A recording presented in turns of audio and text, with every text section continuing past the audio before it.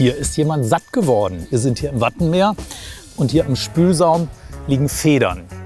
Jetzt könnte man sich fragen, ist hier jemand gefressen worden oder sind es Vögel, die draußen auf dem Meer gestorben sind? Aber es sind Federn von verschiedenen Vogelarten. Sie sind unten nicht abgebissen, also sind sie nicht von einem Fuchs oder Marder gefressen worden. Es sind Mauserfedern. Wir haben Spätsommer, Herbst. 2-3 Monate lang ist im Wattenmeer eine Menge an Federn zu finden, wenn man an den Spülsäumen unterwegs ist. Häufig sind sie oben so abgenutzt.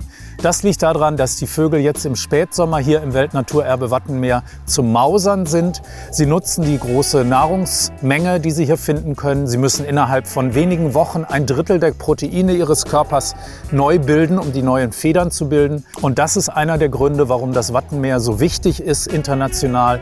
Es dient dem Erhalt der biologischen Vielfalt. 10 bis 12 Millionen Vögel rasten hier und wechseln ihre Federn. Und die kann man dann angespült am Strand finden. Und es zeigt uns, dass hier viel Vogelfutter ist und viele Vögel die Gäste im Weltnaturerbe sind.